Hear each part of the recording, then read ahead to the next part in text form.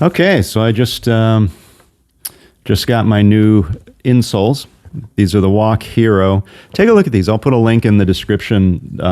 Maybe not necessarily these specific ones because I'm not sure if I'm going to like them yet. These are a little different than what I've been using. Normally, I would use the thin, hard plastic liners that give your foot sort of a solid footbed. These are cushioned. These are sort of they're max cushion ones for people who like work construction or people who are on their feet all day. So they have cushioning to them. I'm gonna take a look at them and decide if I want to keep them and try them out. I'm just kind of running some tests to see how it affects my tendonitis, see if it helps or hurts, makes it better or worse. And hopefully in the process, I come up with some answers that might help some people.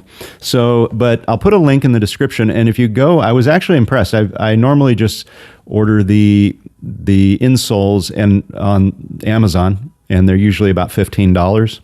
So I started years ago wearing the copper fit ones, which are basically the same thing, hard plastic, and I think they put some copper in it or something.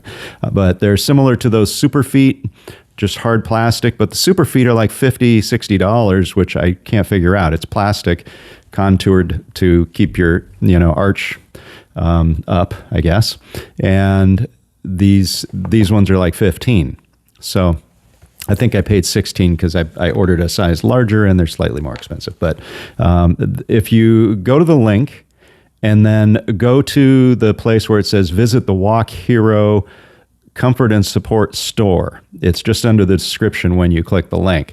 And then they have a very impressive store. I was surprised to see how many different variety of arch support and shoe liner products they have. So it's a very extensive store, and hopefully they keep their prices down because I saw some for as little as $7, $8, and I've been using my current ones, which are just the thin, hard plastic ones. They're going on 500 miles, and they've still got, there's no wear showing in them. So they hold up really well. They're every bit as good as any of the other ones I've used. And so I'm hopeful that these ones, I'll open these up and show you what they are. And they say on the website, make sure that you got a package that looks like it hasn't been opened or used. And this looks pretty good. I think it may have been opened, but we'll test it out. As long as they haven't been used, you just don't want somebody's nasty old foot liners that they somehow snuck through Amazon returns. So let's see. This is them, and they come in different colors. And I Googled it, used their Gemini to give me some kind of description as to why all the different colors. Is there a difference in the product? Is like a green one got a higher arch than a blue one, something like that? And it says it's mostly cosmetic.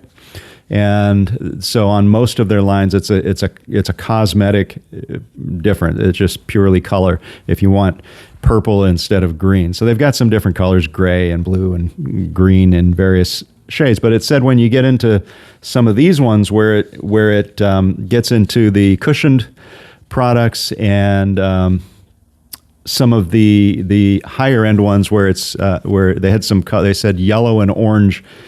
Kind of multicolored products, it indicated that there may be a difference, and I'm sure it says this on the website when you look at them, that there may be a difference between the colors, that one is certain arch support or certain stiffness and another is maybe softer. I don't know.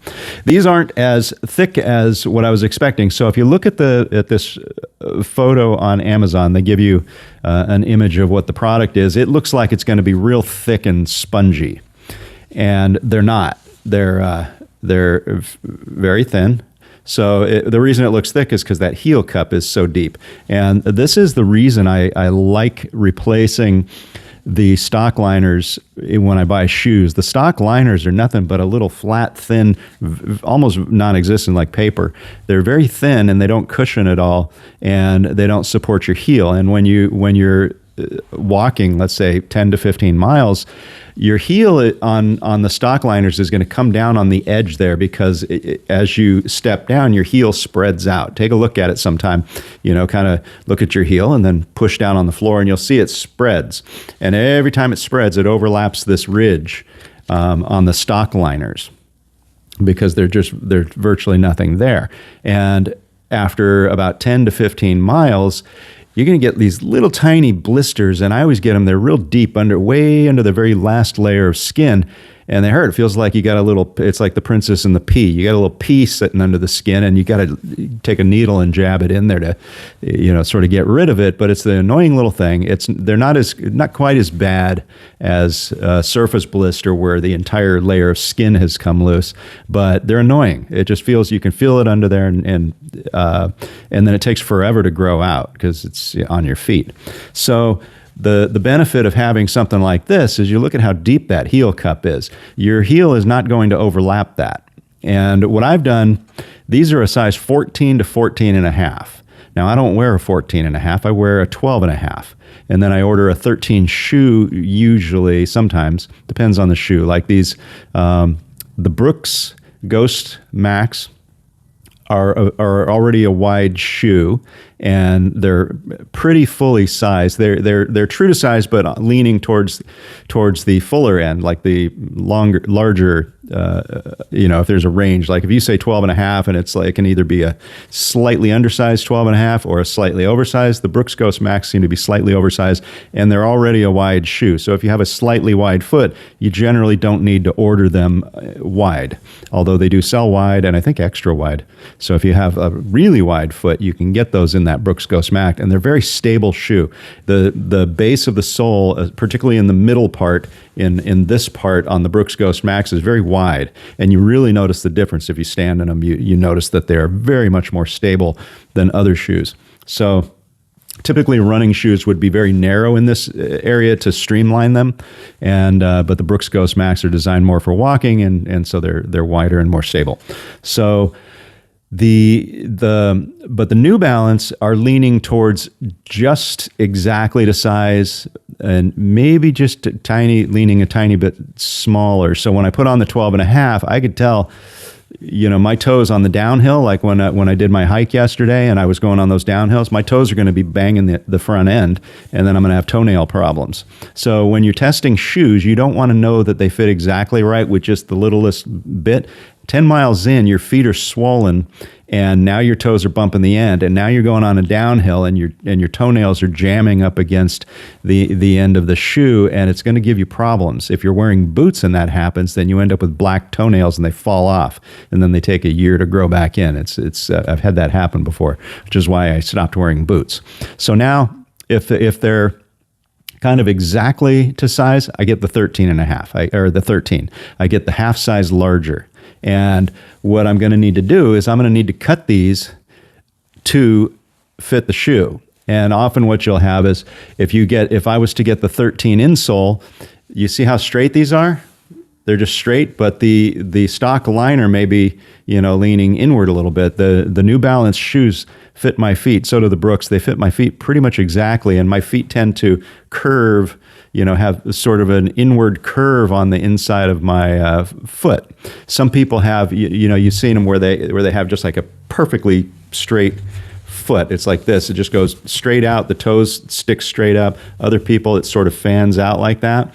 And mine tend to fan out, and I have a narrow heel. So I get the larger size. So I get 14 and a half so that it gets me to this widest part of the liner to accommodate whatever widest part of the shoe is.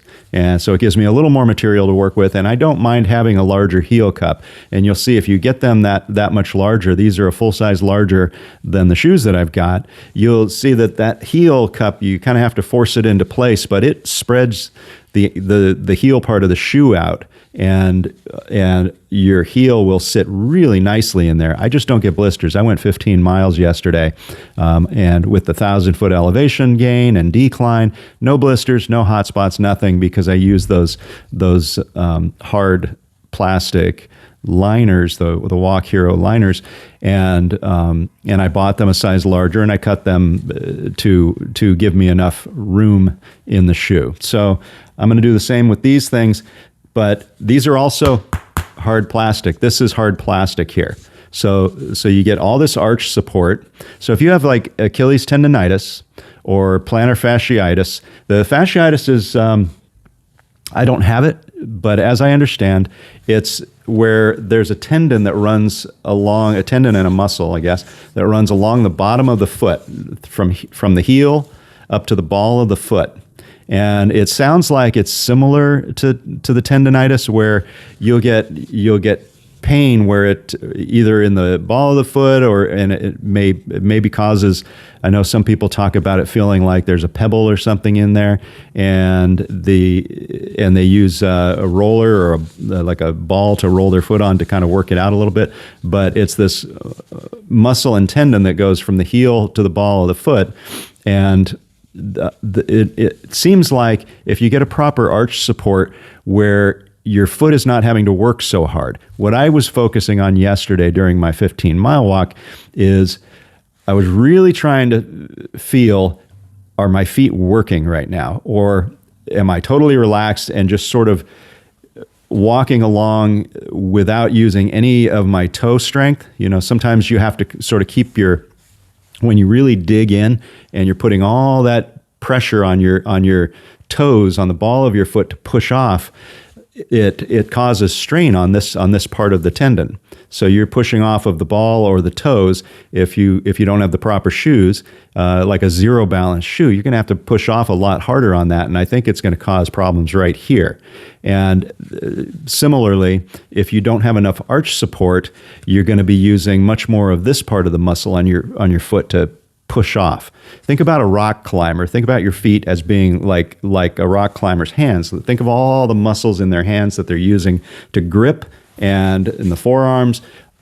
Everything is connected. So if you're not wearing the right shoe, the right insole, then it's entirely possible you're putting way too much strain where those muscles and tendons connect on your foot, and that might be a lot of the problem. That's not to say that this is going to cure it, but my opinion is that if you deal with it properly, that maybe it doesn't get as bad. And the goal is to keep walking. The goal is you want to keep walking. And if you can do something to help you keep walking, then so much the better. I know there's a lot of people that say, no, you got to walk barefoot. You got to get barefoot shoes because you got to strengthen it. Those people are 20 or 30 years old. They aren't 70. They aren't 60. I'm approaching 60, and there is no going backward in time and making my feet young again. They are what they are, and they've been that way for a long time. So now I just want to be comfortable. I want to be able to walk without pain. So I'm going to do what I need to do to prevent the pain. So these ones, even though they're These are the Walk Hero Heavy Duty Orthotics, and I'll show an image of it, and I'll put the link in the description. Heavy Duty Orthotic Inserts, and it says 220 plus pounds. That was the selling point for me. They hooked me and they reeled me in, because that description gives you the idea that, if an insole for a 190-pound person is good, 220 must be better. So I bought the 220s, even though I'm not 220. And it says, for 220 pounds, plantar fasciitis, high arch support insoles, flat feet orthopedic inserts for standing all day. And these are men's 14 to 14 and a half in coral green. And they were $16, let's say 99 cents. Don't have my glasses. $16.99. But they were cheaper if I got a smaller one. I think they were as low as $14. 16, something like that. If I was to get a 12 and a half, I think they were 14. But again, I wanted more material to work with. So these are hard plastic here. The black part is hard plastic. The yellow part is soft. And you can see there's a couple of layers there. There's a yellow layer that's soft. And then the green layer is a little bit harder. It feels sort of like a it's fabric. It feels sort of like a felt almost, and it's a little stiffer. And but there's a bit more cushion than the ones I normally use. And then but the arch is nice and solid plastic. This is not going down. But then it has both of those layers of cushioning on top of it. So it's a little more cushion than the ones I've been using. And then the bonus here is this red piece. This is just some kind of foam rubber, spongy. But it's not, I know I've tried some of the Dr. Scholl's where they put this giant blob of gel or something in there, and I can feel it when I walk, and it's annoying. This doesn't really have that. It's nice and smooth. There's no ball in there, but it is this piece of foam rubber in the heel that's going to absorb even a little bit more of the impact. And then on top of that, I'm using a max cushion shoe with almost a 39 stack height. So I'm thinking that these might give me just that little bit of extra, and then of course the extra large heel cup to sort of cradle my heel in comfort. And if these hold up anywhere near as good as the ones that I've been using, that I've walked hundreds of miles. I mean, just in the last 3 weeks, I've walked well over 100 miles in the same ones. They're showing absolutely no wear. So I really am happy I found these because they're $15. They're cheaper. Those super feet are $60 at Dick's Sporting Goods. So these are $15, and they have some for like $7 if you just want just sort of the basic. But yeah, they've got several different ones. Check out the store on Amazon. Click use the link in the description there to get there. And yeah, I think these might be good. They're thinner than I thought. I was worried that they were going to be like those Dr. Scholl's ones or whatever, the ones you get at the Rite Aid that have the big thick thing, because then my foot doesn't fit in the shoe anymore. They were so thick. I've tried them before. They were so thick. It had about an inch of gel or foam rubber or whatever, and so I couldn't get my shoes tight anymore. They were just like I was overflowing the top part of the shoe because they were so thick. I wanted to make sure it was still thin enough that my foot is inside the shoe, that it's stable and it's not moving around at all, but that I get something that absorbs just a little bit more impact. So I think these might help, but it says specifically for plantar fasciitis, orthopedic inserts. So I'm going to try these out. I'll do a review on them, and I'll give them a try. But these, I strongly recommend replacing those cheap stock liners that come with the shoes. Try something that's got some arch support. Now, I will say, last thing about this is that when these are new out of the box, they feel way too high in the arch. And they say clearly on the website, well, sort of clearly, that you need to give them a few days. It may feel like they're going to be too high. And my current ones did it as well. When I first got the current ones, I went, wow, boy, those really have some high arches. I don't know if I can walk in these. But after a couple of walks, they sort of settle in. The plastic, warms up as you walk a little bit, and it sort of gets worked in a little bit, and they aren't quite as high. So they settle in, and now they just fit like a glove on my foot. So I know that these are going to be quite high, and I'm going to notice it, and it's going to feel like they're too high, but I know after 2 or 3 walks they'll be good. And so we'll try them out. Plus they're coral green. They're very nice. So anyway, check these out. I'll give a report back when I walked in them a couple of times. I'm not walking today. I'm taking a day off to let my body recover from yesterday. And yeah, yesterday was a good day. It was a big walk day. And normally you do that, and then the next morning you get up and you're going to walk another 12 miles. If I'm remembering correctly, the Roncesvalles to Zubiri walk is like 21 kilometers or something, like 21, 22, something like that. So you normally just get up and walk, and I would actually have no problem walking today. I would take it slow in the morning, to do what I've talked about in the past, where I don't stretch cold muscles. I think that's wrong. I used to do a lot of, when I was younger, I was into karate and stuff, and did a lot of stretching, and I never liked stretching cold muscles. You always want to warm up a little bit first, nice and easy, slow walking, half steps, and stroll along, go get your coffee, and then once you kind of warm up, then you can start doing some easy stretching, and try not to tear at those tendons if you've got any kind of foot fasciitis or tendonitis. Try not to stretch them when they're cold. Get them nice and warm first, and then barely stretch them, just a little bit to loosen them up a little bit, but don't overdo it. So anyway, that's it. I'll get back to you on the liners.